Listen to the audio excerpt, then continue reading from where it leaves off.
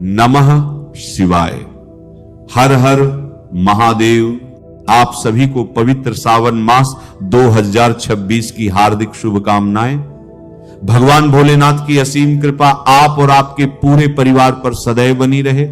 हर वर्ष की तरह इस बार भी करोड़ों शिव भक्तों के मन में एक प्रश्न है, साल 2026 में सावन कब से कब तक रहेगा?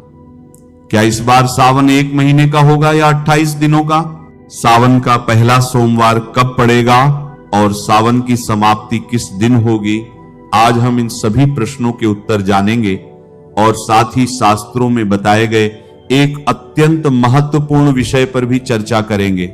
श्रावण मास भगवान शिव को सबसे प्रिय महीनों में से एक माना गया है। मान्यता है कि इस पूरे मास में श्रद्धा पूर्वक किया गया जलाभिषेक, रुद्राभिषेक, महामृत्युंजय मंत्र का जप और जम नमः शिवाय का स्मरण विशेष फलदायी होता है। विशेष रूप से सावन सोमवार का व्रत और पूजा भगवान महादेव को प्रसन्न करने का अत्यंत शुभ अवसर माना जाता है। लेकिन क्या आप जानते हैं कि श्रद्धा होने के बावजूद यदि पूजा विधि में कुछ सामान्य भूलें हो जाएं तो उनका भी शास्त्रों में उल्लेख मिलता है। कई लोग अनजाने में ऐसी वस्तुएं शिवलिंग पर अर्पित कर देते हैं जिन्हें परंपरागत रूप से अर्पित न करने की सलाह दी जाती है। इसलिए सही जानकारी होना उतना ही आवश्यक है जितनी श्रद्धा होना। आज की इस विशेष प्रस्तुति में हम शास्त्रीय मान्यताओं के आधार पर जानेंगे कि शिवलिंग पर किन 5 वस्तुओं को भूलकर भी अर्पित नहीं करना चाहिए, किन वस्तुओं से भगवान शिव शीघ्र प्रसन्न होते हैं और किस विधि से शिवलिंग का अभिषेक करने पर पूजा अधिक फलदायी मानी जाती है। यदि आप स्वयं सावन का व्रत रखते हैं या आपके घर में माता, बहन, पत्नी अथवा परिवार का कोई सदस्य भगवान शिव की पूजा करता है तो इस जानकारी को अंत तक अवश्य सुनिए। संभव है कि इससे आपकी पूजा में होने वाली कोई अनजानी भूल सुधर जाए और आपकी आराधना शास्त्र सम्मत एवं अधिक सार्थक बन सके। तो आइए भगवान भोलेनाथ का स्मरण करते हुए पूर्ण श्रद्धा और भक्ति के साथ आज के इस पावन विषय की शुरुआत करते हैं।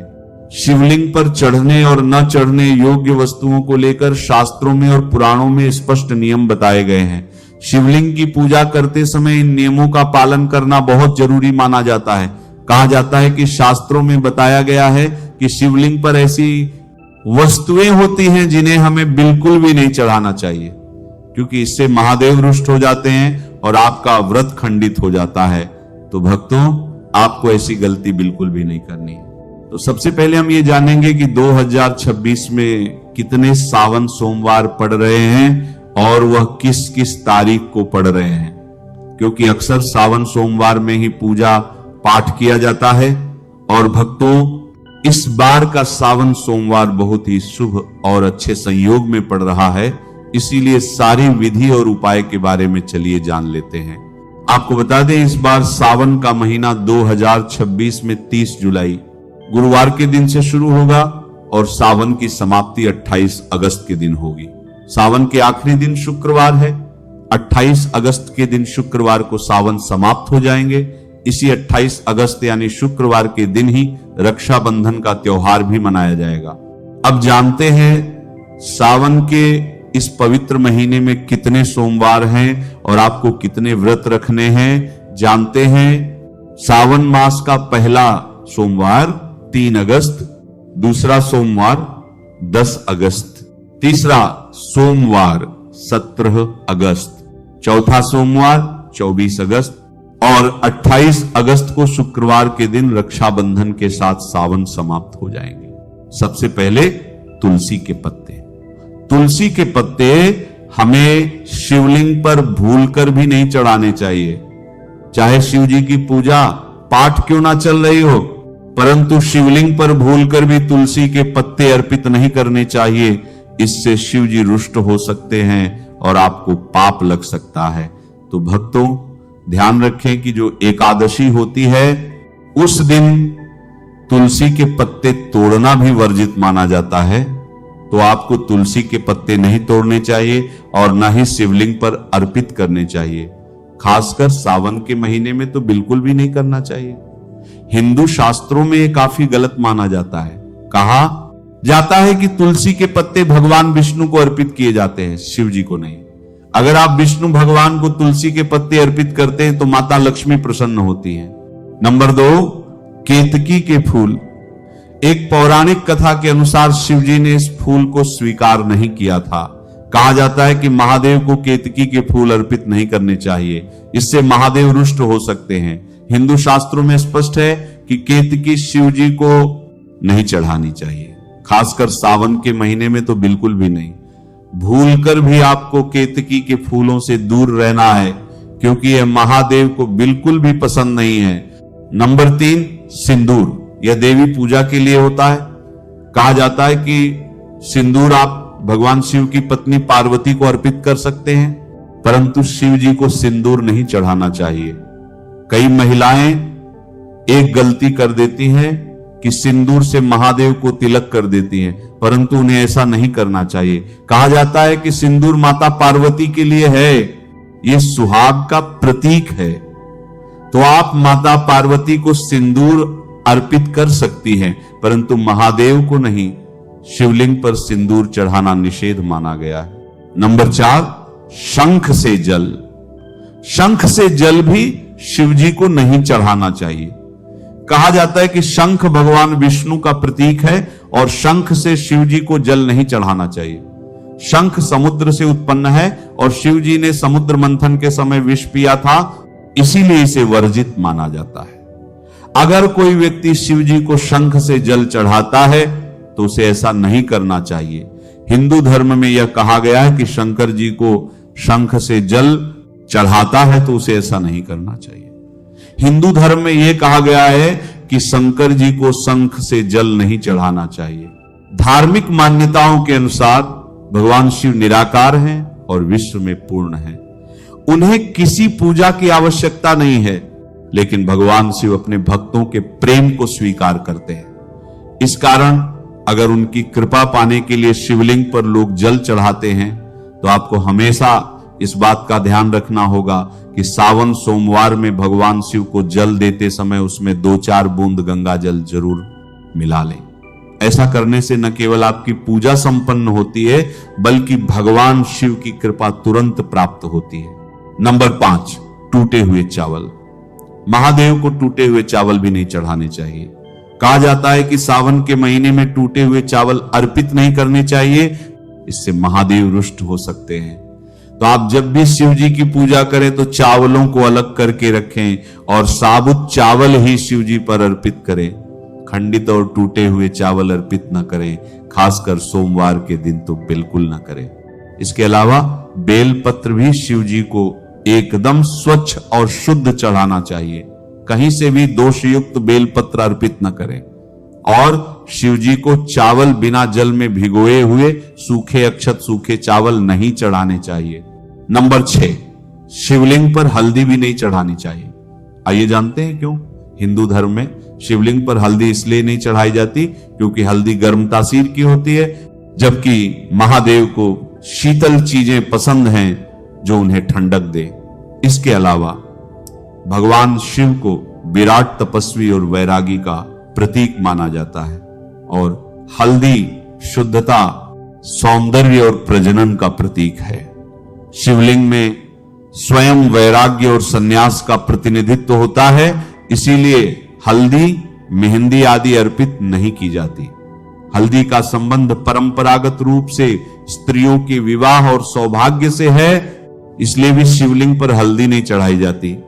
शिव जी को दूध, जल, बेलपत्र, भस्म आदि शीतल और सात्विक चीजें चढ़ाई जाती हैं। शिव जी को चंदन भी चढ़ाया जाता है जो ठंडक देता है और चंदन चढ़ाना काफी शुभ और फलकारी माना गया है। अब जानते हैं कि शिवलिंग पर कौन सी चीजें चढ़ाना चाहिए। हिंदू धर्म ग्रंथों के अनुसार शिवलिंग पर कुछ विशेष वस्तुएं चढ़ाने से विशेष फल की प्राप्ति होती है।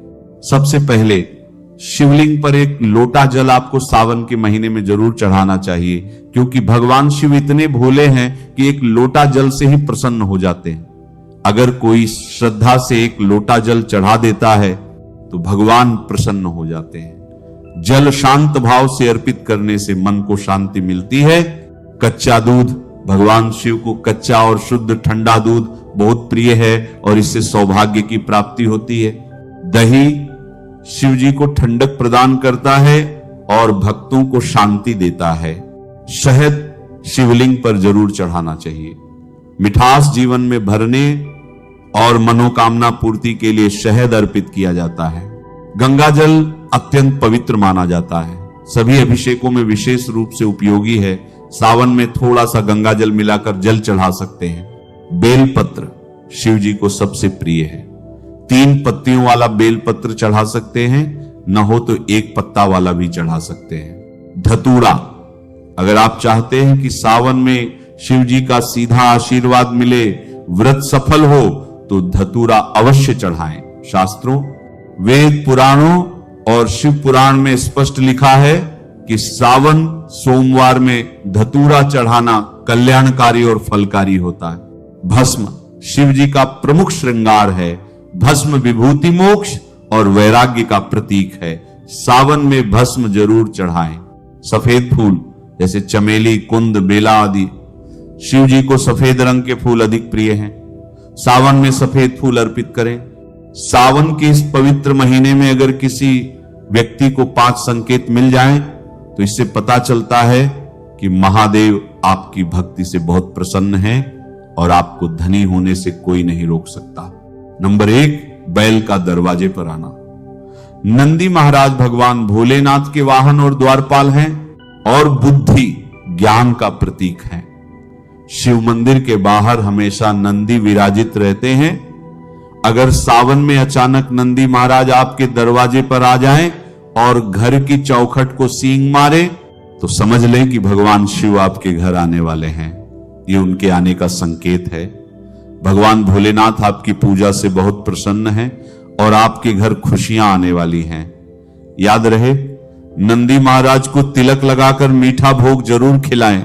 नंबर 2, सावन में सपने में शिवलिंग या भगवान शिव दिखाई दे तो समझे कि अब आपके जीवन से परेशानियों का अंत होगा। भगवान शिव आपकी सच्ची आराधना से बहुत खुश हैं। शिव भक्ति में कोई कमी ना आने दे और घर को साफ रखें। नंबर 3, शास्त्रों के अनुसार नीलकंठ पक्षी भगवान शिव का प्रतीक है। अगर सावन में नीलकंठ आपकी छत पर आकर बैठ जाए तो उसे भूलकर भी ना भगाएं। ये शुभ संकेत है कि भगवान शिव आपकी भक्ति से खुश हैं और बुरे दिन जाने वाले हैं। कहते हैं प्रभु राम ने इस पक्षी के दर्शन के बाद ही रावण पर विजय प्राप्त की थी। नंबर 4, सावन में घर में काला सांप निकल आए तो बहुत शुभ माना गया है, इसे बिल्कुल न मारे। यह भगवान शिव के आने का संकेत है। सावन का महीना पवित्र है। इसी महीने में शिव धरती पर आते हैं और सच्चे भक्तों के घर वास करते हैं। सपने में नाग नागिन का जोड़ा देखना भी शुभ है। नंबर 5, सावन में सोमवार के दिन डमरू या घंटियों की आवाज सुनाई दे तो अत्यंत शुभ माना गया है। इसका अर्थ है कि शिव जी आपसे प्रसन्न हैं और जल्दी आपके जीवन में प्रवेश करने वाले हैं। आर्थिक संकट दूर होगा और जीवन में सुख समृद्धि आएगी। याद रखिए कि सावन आध्यात्मिक कायाकल्प का अवसर है, परमात्मा से जुड़ने का समय है। भगवान शिव की कृपा आप सब पर बनी रहे। इस पवित्र महीने में आध्यात्मिक शुभता और शुद्धता बनाए रखने के लिए कुछ बातों का ध्यान रखें। घर को साफ सुथरा रखें, कूड़ा कचरा इकट्ठा न करें। सुबह शाम सुगंधित धूप करें। ओम नमः शिवाय का कम से कम 1 माला या 11 माला का जाप सच्चे दिल से करें। पूरे महीने शुद्ध सात्विक भोजन करें। मांस, मछली, अंडा, लहसुन, प्याज, मदिरा आदि का परहेज करें। व्रत के दिन फलाहार करें। न हो तो एक समय सात्विक भोजन करें। भोजन देसी घी या सरसों के तेल में बनाएं। तामसिक भोजन आध्यात्मिक विकास में बाधा डालता है और संतुलन बिगाड़ता है। व्रत अधूरा न छोड़ें। अगर 4 सोमवार नहीं कर सकते तो 2 का या जितने कर सकते हैं उतने का संकल्प लें। बिना संकल्प के भी श्रद्धा से कर सकते हैं। किसी का दिल न दुखाएं। नकारात्मक विचारों, क्रोध हानि की भावना से बचें, किसी पर बुरी नजर न डालें, पराई स्त्री पुरुष से अनुचित संपर्क न बनाएं, यौन पवित्रता बनाए रखें, माया जाल में न फंसे, जीवन साथी के साथ मर्यादापूर्ण व्यवहार करें, झगड़े गुस्से खराब व्यवहार से बचें, दूसरों की नकारात्मक ऊर्जा से बचे, पंचायतों में न पड़े, झूठ का सहारा न ले। भोलेनाथ की कृपा आप और आपके पूरे परिवार पर सदैव बनी रहे। बोलिए हर हर महादेव। ओम नमः शिवाय। जय भोलेनाथ। नमः शिवाय। श्री महालक्ष्मी नमः। नमो भगवते वासुदेवाय। जय